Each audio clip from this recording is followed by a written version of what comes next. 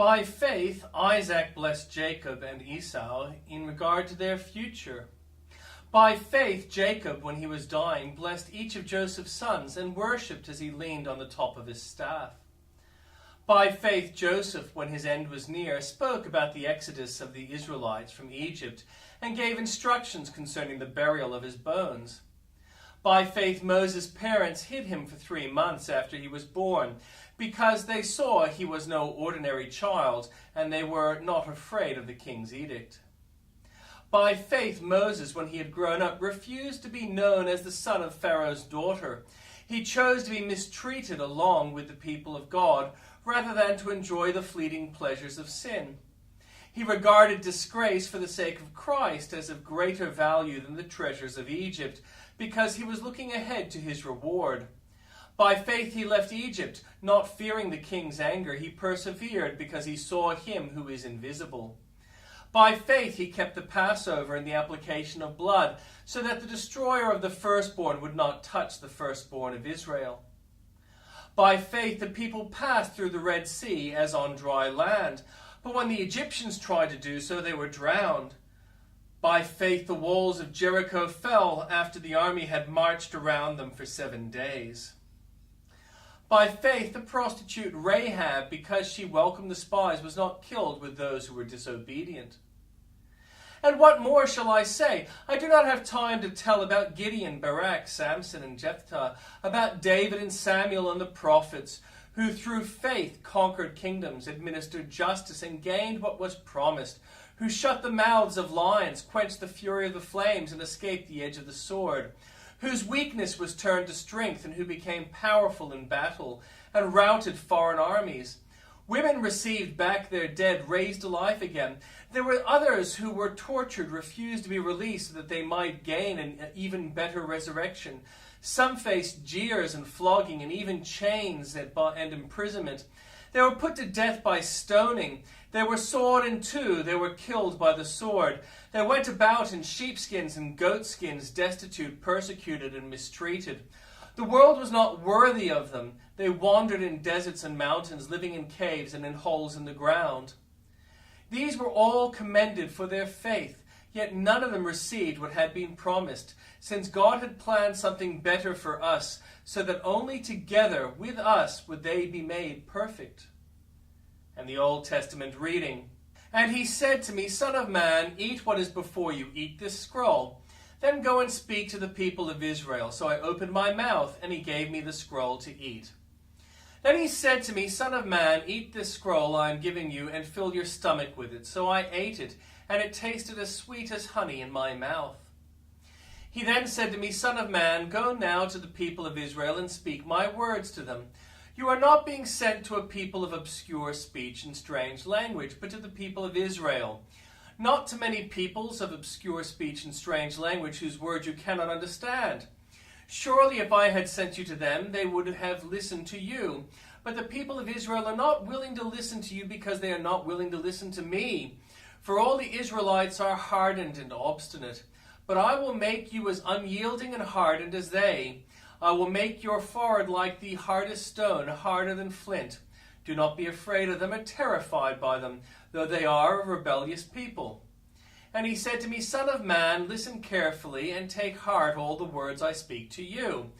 Go now to your people in exile and speak to them. Say to them, this is what the sovereign Lord says, whether they listen or fail to listen. Then the Spirit lifted me up, and I heard behind me a loud rumbling sound, as the glory of the Lord rose from the place where it was standing. It was the sound of the wings of the living creature brushing against each other, and the sounds of the wheels beside them, a loud rumbling sound. The Spirit then lifted me up and took me away, and I went in bitterness, and in the anger of my spirit, with a strong hand of the Lord on me, I came to the exiles who lived at Tel Aviv, near Kibar River, and there, where they were living, I sat among them for 7 days, deeply distressed. At the end of 7 days, the word of the Lord came to me, Son of man, I have made you a watchman for the people of Israel. So hear the word I speak and give them warning from me. When I say to a wicked person, you will surely die, and you do not warn them or speak out to dissuade them from their evil ways, in order to save their life, that wicked person will die for their sin, and I will hold you accountable for their blood. But if you do warn the wicked person, and they do not turn from their wickedness or from their evil ways, they will die for their sin, but you will have saved yourself. Again, when a righteous person turns from their righteousness and does evil, and I put a stumbling block before them, they will die. Since you did not warn them, they will die for their sin. The righteous things that person did will not be remembered, and I will hold you accountable for their blood. But if you do warn the righteous person not to sin, and they do not sin, they will surely live because they took warning, and you will have saved yourself.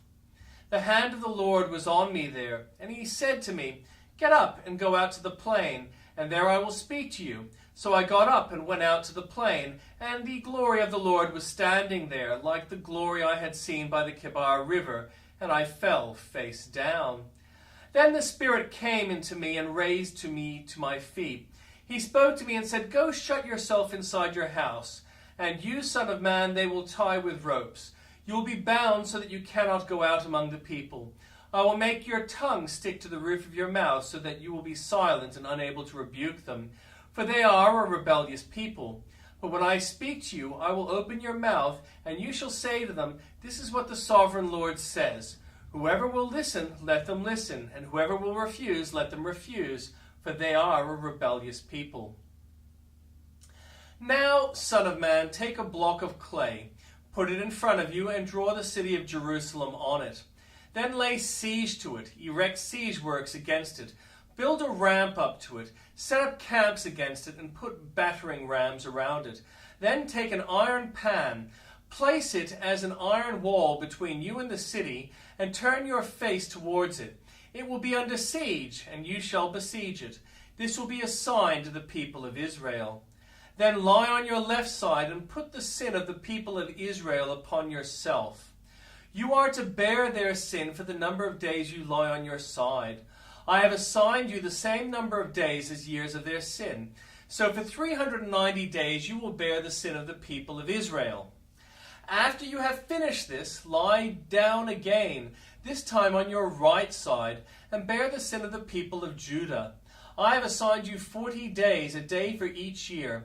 Turn your face towards the siege of Jerusalem, and with bared arm prophesy against her. I will tie you up with ropes so that you cannot turn from one side to the other until you have finished the days of your siege. Take wheat and barley, beans and lentils, millet and spelt. Put them in a storage jar and use them to make bread for yourself. You are to eat it during the 390 days you lie on your side. Weigh out 20 shekels of food to each day and eat it at set times. Also measure out 1/6 of a hin of water and drink it at set times. Eat the food as you would a loaf of barley bread. Bake it in the sight of the people, using human excrement for fuel. The Lord said, In this way the people of Israel will eat defiled food among the nations where I will drive them. Then I said, Not so, sovereign Lord, I have never defiled myself. From my youth until now I have never eaten anything found dead or torn by wild animals. No impure meat has ever entered my mouth. Very well, he said, I will let you bake your bread over cow dung instead of human excrement. He then said to me, Son of man, I'm about to cut off the food supply in Jerusalem. The people will eat rationed food in anxiety and drink rationed water in despair. For food and water will be scarce. They will be appalled at the sight of each other and will waste away because of their sin.